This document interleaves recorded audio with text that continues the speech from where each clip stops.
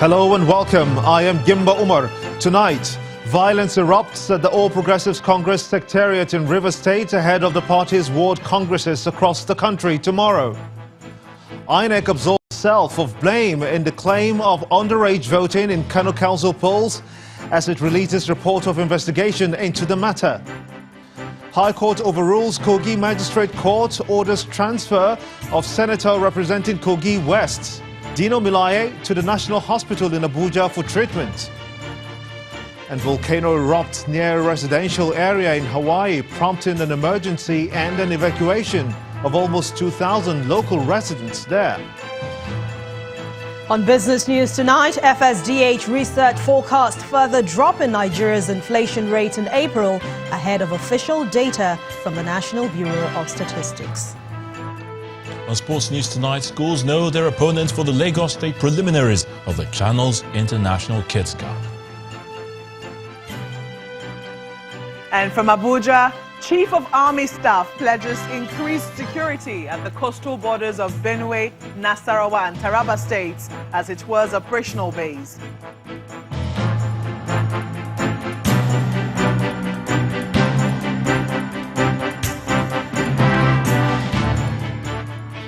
We begin tonight with reports of tension in River State ahead of the nationwide congresses of the ruling All Progressives Congress, the APC. Violence broke out this evening in Port Harcourt, the state capital, as hundreds of supporters of the party stormed the party secretariat to protest against what they describe as moves by the leadership of the party allegedly loyal to the Minister of Transportation to shut those allegedly loyal to the Magnus Abe faction from the congresses on Saturday. Our correspondent Emmanuel Eri reports. It's about 8 a.m. in Port Harcourt, River State, and the atmosphere around the secretariat of the APC in the state suggests that there is trouble as a crowd of aggrieved party supporters besiege the office. They are angry over what they call alleged attempts by a section of the party leadership to hijack the process of the state congresses. I want to enjoin all of us that we will not accept this charade. Yes. We will not take it. Yes. Because we believe in change. Yes. Because we voted for change. Yes. Look at the sea of thousands of APC supporters here. We're all here because we know that the change we have seen in the past 4 years is good. Yes. And we are here because we are agents of the same change. For sure. But these are destroyers of the change that Nigeria so wants. Yes. When we are done here, as you return to your wards, go and mobilize. Mobilize our teaming supporters. Yes. Go and get ready. If they come there, we will match them. Yes. If they don't come, conduct your own Congress. Meanwhile, the publicity secretary of the party provides some explanation. The delay was simply because we wanted the national officers to be around before one single form is touched. But now they have told us they will arrive a little later in the day, and that we could go. So sale of forms will begin as soon as the arrangement of those forms in categories are concluded. And when it appears people ran out of patience with the process, they descended on the secretariat and left it in shambles. The senator representing River Southeast, and who has apparently been on parallel lines with the Minister of Transportation, Rotimi Amechi, is unhappy with the situation. How can we have a Congress, stakeholders of the party who have invested so much effort and sacrifice in the party, don't know anything about what is happening? Nobody has told them. Okay, we had a stakeholders meeting the other day, which was supposed to be an executive committee meeting, and the chairman agreed there that each local government should go back, consult, and bring 20 names of those that will help to conduct the congresses. Today, we heard that each local government had submitted 40 names, and none of us here are aware of how those names were generated, including me in my own local government. For now, it is unclear how the entire process will turn out on Saturday. Emmanuel Eri, Channels Television News. In the meantime, President Muhammadu Buhari has arrived his country home in Daura, Katsina State, ahead of his party's local government and state congresses, which begins tomorrow with ward congresses. Congresses in all local government areas will hold on May the 12th, while state congresses are scheduled for May the 19th. The party spokesperson, Bolaji Abdullahi, who announced the dates, is however silent on the date the National Convention will hold, promising that the party will make the announcement in June. And still on the APC nationwide congresses, the Borno State chapter of the party has officially received the former national chairman of the PDP, Ali Modu to the party. The former Borno State governor announced his return to the party, which is present at the APC caucus meeting. The party he dumped since 2014. Sharif was officially received by incumbent Governor Kashim Shettima at the Government House in Maiduguri, the Borno State capital.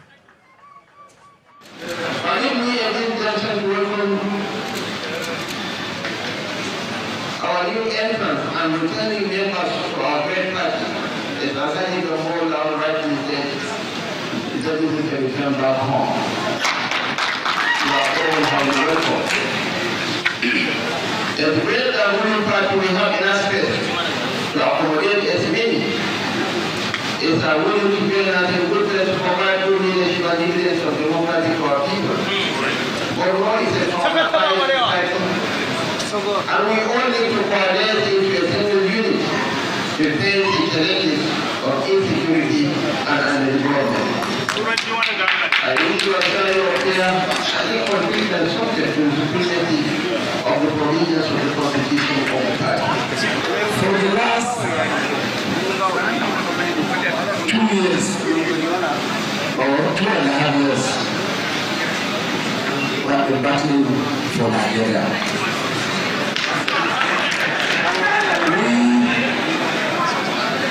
I left APC as a member of APC. I joined the PDP and I became the national chairman of PDP. Now, today, like I'm running around.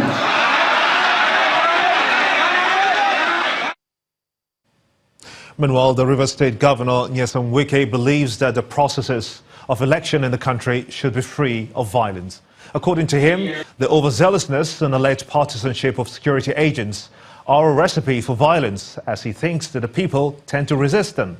The governor, who was addressing some retired senior military officers of the Ogoni extraction on the violence that trails elections in Ogoni land, also explained that the heavy presence and activities of SARS operatives and other security personnel in the state congresses of the All Progressives Congress is a case in point.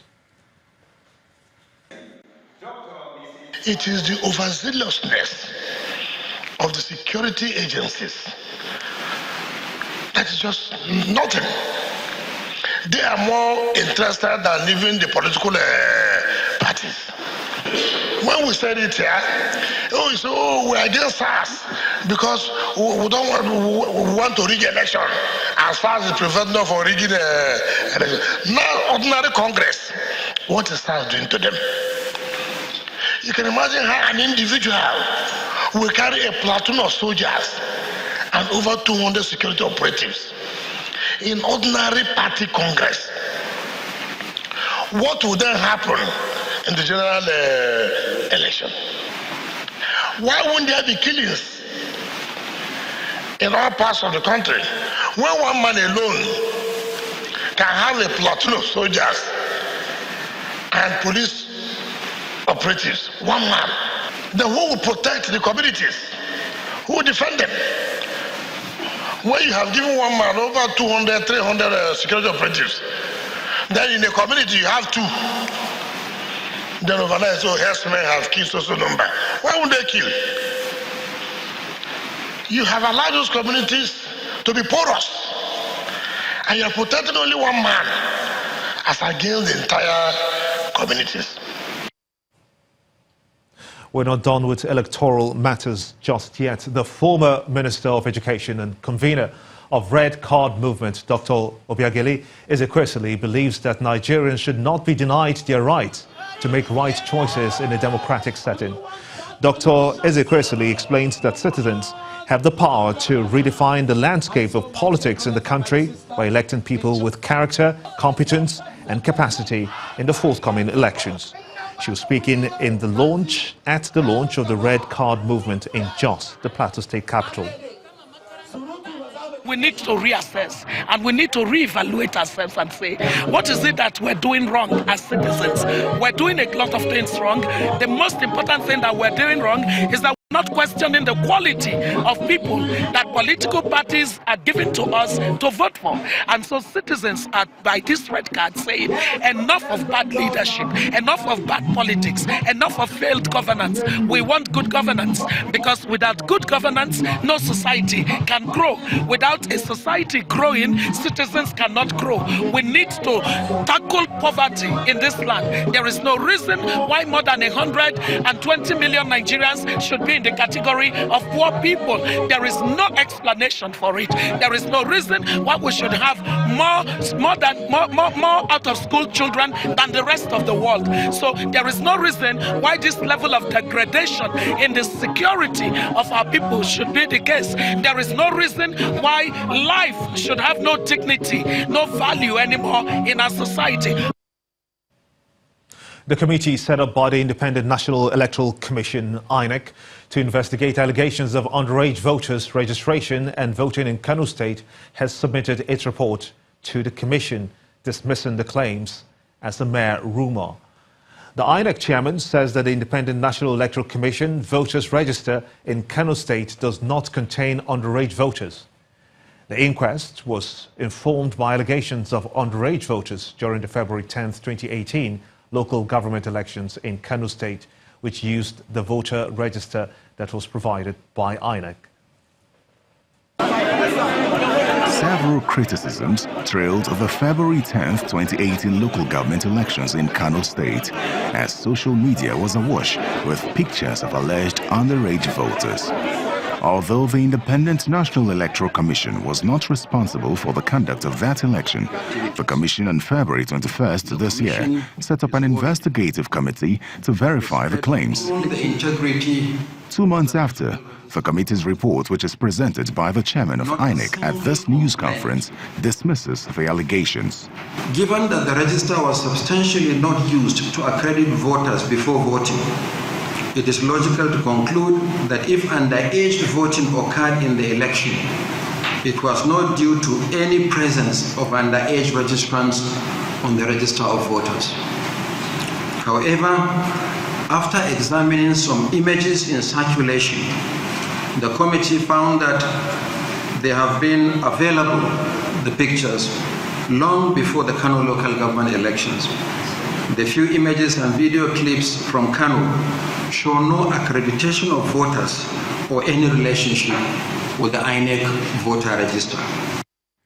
After the Kano local government elections, the allegations of underage voting that went viral on the internet to a large extent raised questions about the credibility of the voters' register, which the electoral umpire will use for the 2019 elections.